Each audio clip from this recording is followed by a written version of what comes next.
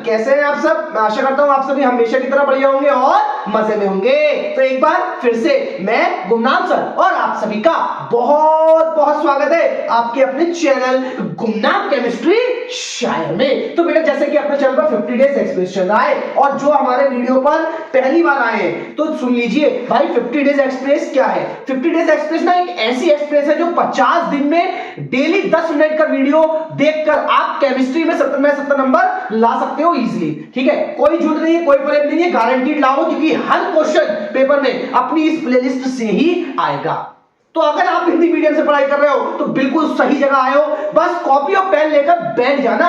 अब देखो बेटा आज चल रहा है 2 जनवरी, सॉरी 1 जनवरी का वीडियो तो हो चुका है, 2 जनवरी और वीडियो नंबर है 21 वीडियो ऑलरेडी चैनल पर आ चुके हैं। नीचे डिस्क्रिप्शन में टॉप पे आपको उसका लिंक दे दिया जाएगा। चैप्टर चल रहा है अल्कोहल, फिनॉल एवं ईथर। फिनॉल हम पढ़ चुके हैं तो अब हमारा अगला टारगेट है ईथर। आज से हम ईथर को टारगेट करेंगे, 2 वीडियो ईथर के ऊपर, फिर हम अल्कोहल पर चले जाएंगे और ये चैप्टर हमारा क्लोज हो जाएगा। तो आज हम सीखने के वाले टॉपिक ईथर का वर्गीकरण और विधियां। देखो यहां से भी 101% आपको क्वेश्चन मिलेगा पेपर में, 101% क्वेश्चन मिलेगा आपको, मोहर लगा लो। तो बेटा कॉपी और पेन लेकर बैठ जाओ, फालतू बकचोदी काटते हैं बाद में और पहले सीखते हैं चुपके से ये सारे टॉपिक्स।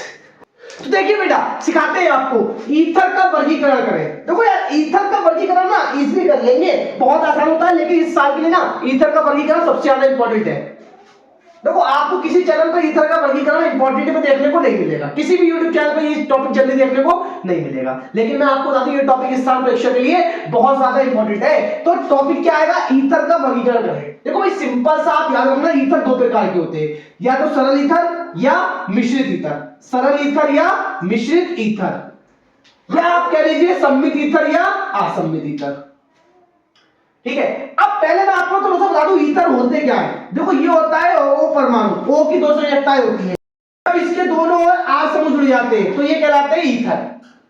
अब R समूह के बारे में जो नहीं जानते बेटा, जिन्होंने पिछले वीडियो देखे वो जानते होंगे, हर वीडियो में मैंने ये अच्छे से बताया है, और जो नहीं जानते तो उनके लिए बेटा ये R समूह है, methyl, ethyl, propyl, butyl, phenyl, कोई सा भी इस्तेमाल कर लीजिए R समूह। तो सपोज मैं R की जगह लगा दूं CH3, O दूसरी ओर भी लगा दूं CH3 तो ये ईथर हो गया। अगर मैं एक और लगा दूं C2H5 एक और CH3 तो भी ये ईथर हो गया। अगर मैं एक और लगा दूं C2H5 एक और लगा दूं C3H7 तो भी ये ईथर हो गया। बहुत सारे ईथर है, बहुत सारे।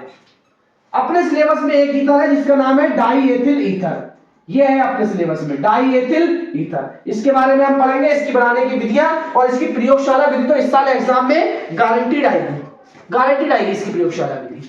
अब देखो बेटा पहले हम सरल सम्मित ईथर का वर्गीकरण कर लेते हैं। देखो ईथर वर्गीकरण क्या है, तो 2 प्रकार के होते हैं, सरल ईथर जिसे सम्मित ईथर भी कहते हैं। तो दो वो कौन होते हैं, वे ईथर जिनके दोनों आर समान होते हैं उन्हें सम्मित ईथर या सरल ईथर कहते हैं। मतलब ईथर तो ये होते हैं ROR अगर इनके दोनों आर समान है। सपोज भाई मैं यहां लगा दूं C2H5 तो यहां भी लगा दूं C2H5, दोनों आर एक जैसे तो ये सम्मित ईथर का एग्जांपल हो गया, और इसका नाम डाई एथिल ईथर। हमारे सिलेबस में यही है, शॉर्ट में लिखते हैं DEE, डाई एथिल ईथर। मजा आ जाएगा, बहुत आसान कर दूंगा चीजें और पेपर में 70 नंबर लाने से कोई आपको रोक नहीं सकता। अब दूसरा असम्मित ईथर या मिश्रित ईथर कैसे कहते हैं, तो भैया ये जो लाइन दिख रही है ये क्या है, ये कुछ नहीं है। क्योंकि क्यों नहीं है कुछ, क्योंकि ये चीज आप खुद कर सकते हो, खुद कर सकते हो ये चीज। आप अगर आपने ये पढ़ ली तो ये बना सकते हो इजीली। भैया असम्मित ईथर कौन होंगे, वे ईथर जिनके दोनों आर समान नहीं होते हैं उन्हें सम्मित की जगह असम्मित ईथर कहते हैं। और रही एग्जांपल की बात, तो एग्जांपल मैं नहीं बनाने वाला, बच्चा जो ये वीडियो देख रहा है एग्जांपल खुद बनाएगा, दोनों आर अलग ही तो करना है यार, एग्जांपल बन जाएगा। ठीक है, समझ में आया वर्गीकरण, बस वर्गीकरण यही होता है, लेकिन वर्गीकरण से ज्यादा इंपॉर्टेंट इसकी है प्रयोगशाला विधि और बनाने की विधियां। तो मैं साइड में जाता हूं, पहले आप इसे नोट कर लो फिर सिखाते हैं। देखो बेटा फटाफट से मैं आपको सिखाता हूं इसकी विधियां। सुपर डुपर मोस्ट इंपॉर्टेंट है इसकी पहली विधि, विलियमसन संश्लेषण। 1,00,000% आएगी, 1,00,000% आएगी ये परीक्षा में, विलियमसन संश्लेषण विधि। इसके ऊपर टिप्पणी पूछता है कि विलियमसन संश्लेषण विधि पर टिप्पणी लिखिए। तो सबसे पहले मैं आपको बता दूं ये विधि होती क्या है, टिप्पणी तो आप खुद कर लो। जब किसी RX की क्रिया रोनर के साथ होती है तो ईथर बनते हैं, साथ में ये NaOH निकल जाता है, तो R पे डायरेक्ट O और R दोनों जुड़ जाते हैं, तो ईथर बन जाता है इस तरीके, जैसा कि आप देख पा रहे होंगे इजीली। तो अब देखो इसके बाद थ्योरी कैसे ले सकते हो। देखो एक चीज तो याद रखना, ये दुनिया में ईथर बनाने की सबसे श्रेष्ठ विधि है, सबसे अच्छी विधि।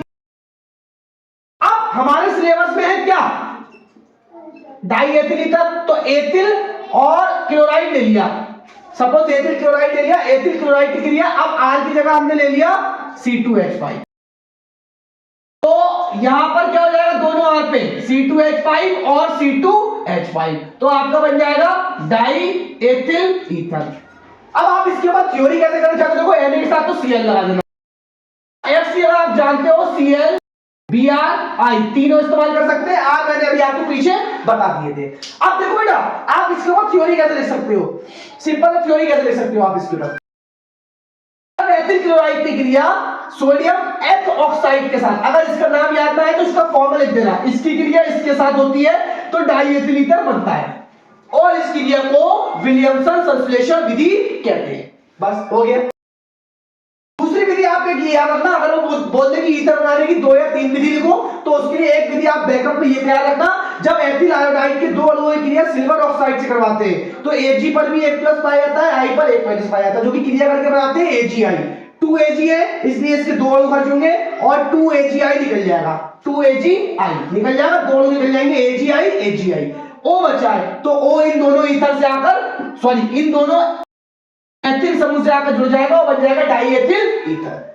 अब ये मेन पे आते हैं, मेन पर 10 लाख % ये प्रयोगशाला विधि आएगी, और कैसे करना है आपको पहले मैं आपको बता दूं। पहले आप इसके बारे में लिखेंगे थ्योरी, क्या लिखेंगे, जब एथिल अल्कोहल को 100 से 160 डिग्री सेंटीग्रेड ताप पर साथ H2SO4 के साथ गर्म करते हैं तो एथिल अल्कोहल बनती है, ये लाइन लिखेंगे पहले आप, जो मैंने अभी बोली है। उसके बाद लिखेंगे आप ये रिएक्शन।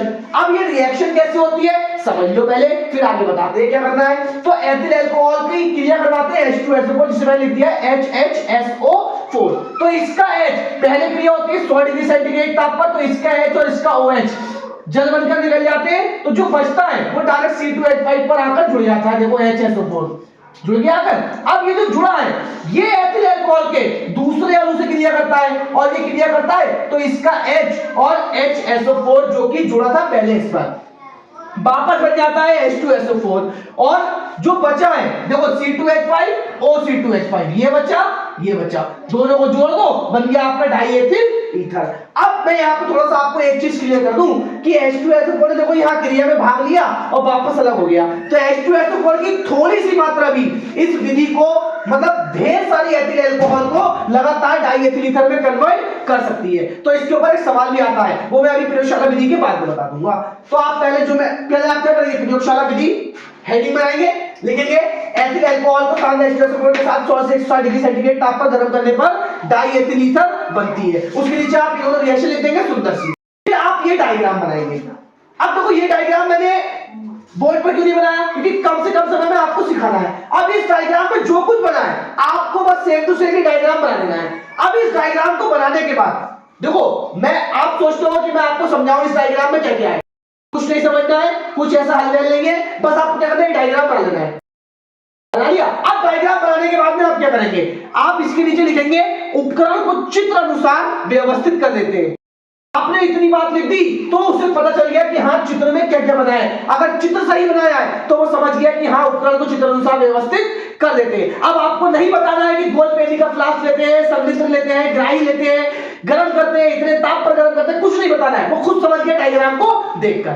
और आप लिख देंगे उपकरण को चित्र अनुसार व्यवस्थित कर लेते हैं, गर्म करने पर एक डाई एथिल ईथर बनती है जिसे ग्राही में एकत्रित कर लेते हैं। बस इतनी बात लिख दीजिएगा और अब ये हो गई आपकी प्रयोगशाला विधि खत्म। इसके ऊपर एक सवाल और साथ में ऐड करा जाता है कि ईथर की प्रयोगशाला विधि को, ये डाई एथिल ईथर की प्रयोगशाला विधि को अविरत ईथरीकरण